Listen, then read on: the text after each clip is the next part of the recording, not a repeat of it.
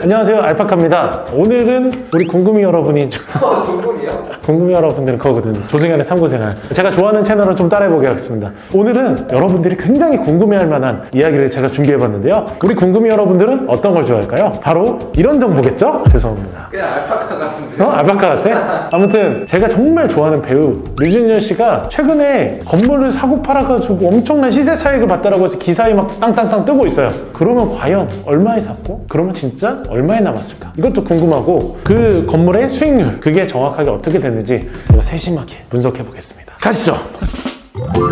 류준열 씨가 산 건물인데요. 땅을 사서 지은 건물이 이렇습니다. 오피스 건물이고 3종 일반 주거 지역에다가 연면적 306평 2021년 9월달 그러니까 이분이 매입한 게 2019년도 12월달이니까 1년 9개월 걸렸는데 뭐 잔금하는 시기 뭐 하는 시기 해서 건축이 제가 실제로 한 14개월 정도 들었을 것 같아요. 아무튼 이렇게 건축을 해서 지하 2층에 지상 7층 실제로 건물을 진짜 잘 지은 건물이더라고요. 인테리어나 내부 시스템 뭐 상황들 너무 좋고 현재는 4억에 3,500에 통임대로 들어가 있습니다. 매각 당시에 금액이 150억이었고요. 수익률이 2.88%. 관리비 뭐 이런 거는 세입자 관리하기 때문에 관리비 지출은 따로 없었던 것 같고 평당가 1억 8천. 좀 비싸게 팔리긴 했어요. 근데 이 비싸게 팔렸다라는 생각이 드는 원인이 뭐냐면 건물을 잘 지었고 세입자를 잘 맞췄죠. 이런 거는 정말 부동산 선수들이라는 어려운 방법들을 류준열 씨가 잘했다라는 생각이 들어요. 그래서 제가 요즘에 가장 좋아하는 방법이에요. 땅을 사서 건물 짓는데 건물을 잘 지어라. 그래서 세입자를 좋은 사람들을 잘 유치를 해라. 가장 모범적인 사례. 실제로 위치가 원주역 차병원사거리 뒤에 보면 8m 도로가 있어요. 여기 산후조리원 끼고 있는 8m 도로가 있는데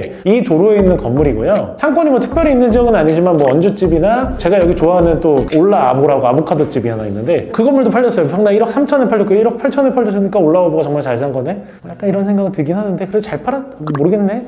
네, 아무튼 그렇습니다. 실제로 이 라인이 원래 굉장히 저평가되어 있고 안 좋은 라인이라는 얘기를 들었었어요. 특히 류준열 씨가 사는 시점에는 그렇게 인기가 많은 매물은 아니었거든요. 이게 평당 7천 정도로 매입을 하셨는데 꽤나 사지 않아서 오랫동안 매물로 나와 있던 건물 중 하나였어요. 그러니까 막 엄청나게 좋은 매물을 처음에 매입해가지고 여기까지 오신 게 아니라요. 잘 개발을 한 사례라고 볼 수 있습니다. 내부들 이렇게 사진들인데 내부 굉장히 좋아요. 깔끔하게 스탠다드하게 되게 잘 지은 건물이라고 볼 수 있고요. 그러면 과연 류준열 씨가 얼마에 샀고 얼마에 팔았는지 이거에 대한 세부 분석을 해봐야 되겠죠. 일단 왼쪽부터 확인할게요. 왼쪽에 매각한 금액이에요. 매각하신 금액 특히 산분에 대해서 분석을 해보면 150억에 샀고요. 취득세, 뭐 등기비용, 기타 비용들이 들어가고 보증금 4억에 이분이 대출 78억을 받았더라고요. 현금이 76억 5천 정도 들어가셨고 월세 3,500, 뭐 이자 2,275에서 월 수익금 얼마에서 수익률이 2% 정도 되는 그런 상태로 매입을 하셨습니다. 수익률이 왜 이렇게 낮냐? 예금이랑 비슷합니다. 이 정도면 무난합니다. 제가 볼 때는.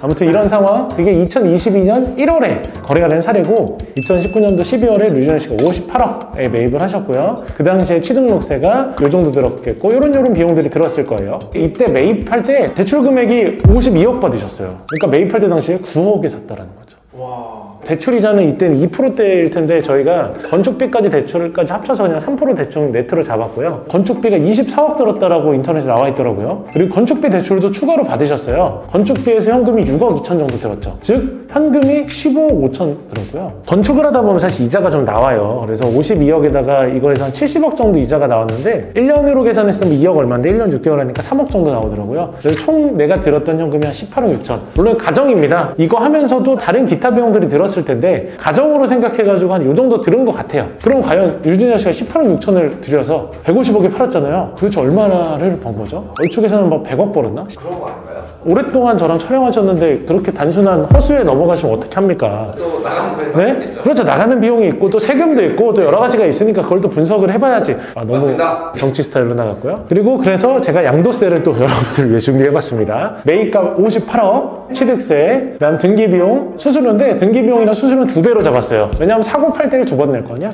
아닌데 이건 안 되는데? 그냥 잡았어요. 최대한 빼보자 한번. 그다음 건축비. 이게 건축비 플러스 이자를 제가 그냥 더했어요. 왜냐하면 이게 결국 필요비용 아니야? 이대로 다 필요비용 인정받을 수는 없지만 그냥 잡았습니다. 편하게 한번 잡아봐서 야 150억을 투자해서 요만큼의 필요 경비들을 제외하니까 시세 차익이 아니라 양도 차익이거든요. 양도 차익이 약 60억 정도가 된 거예요. 그러니까 실제로 내가 150억에 팔아서 들었던 비용들 다 빼고 나니까 이런 거 무시하세요. 제가 다 마이너스예요. 하다 보니까 한 60억 정도가 된 거죠.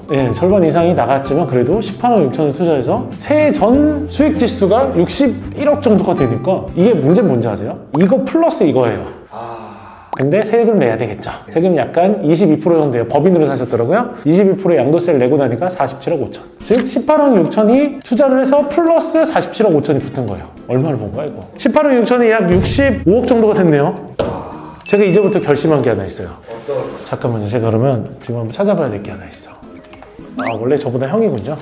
사실 형으로 부르려고 했는데 큰형님으로. 근데 진짜 투자 잘하셨다. 대박이다. 보통 사람들이 그러잖아요. 매입부터 뭐 진짜 엄청나게 좋은 매물을 잘 사서 이렇게 수익을 본 거면 이분 뭐 매입할 때부터 무슨 뭐가 있었던 거 아니야? 뭐 이렇게 의심하는 사람들도 있어. 그게 아니에요. 처음 샀을 때부터 사실 엄청나게 뛰어나게 좋은 땅은 아니었거든요. 비선호되던 땅이었는데 그걸 사서 300% 가까이 수익을 낸 거잖아요. 이 정도 또 부동산으로 수익을 내는 정도의 능력을 가지셨다고 하면 당신은 형입니다.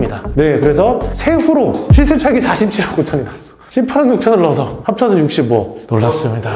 네, 굉장히 놀라운 사례입니다. 네, 오늘 그래서 굉장히 저희가 심플하게 한번 우리 류준열 대형님께 누가 되지 않는 방송을 한번 해봤는데요. 사실 연예인분들이나 이렇게 운동하는 분들이 문의들이 온 적이 좀 있어요. 근데 분명히 제가 아는 거는 이 류준열 씨는 어느 정도 부동산 지식이 있을 거예요. 본인도 어느 정도 알고 있기 때문에 추천을 해줄 때 이게 진짜인지 아닌지에 대해서 분석을 할 수 있단 말이에요. 그러니까 여러분들도 저희 방송을 통해서 더 공부를 많이 하시고, 특히 또 건물을 사려고 하는 연예인분들, 배우분들, 운동선수분들 이런 분들이 있으면 이런 좋은 사례들을 이렇게 디테일하게 분석을 해서 나도 저렇게 돼보자라는 걸로 공부를 한번 해보시면 좋을 것 같고, 또 공부가 안 되시고 어려우면 문의 주십시오. 댓글 달아주세요. 손흥민 씨.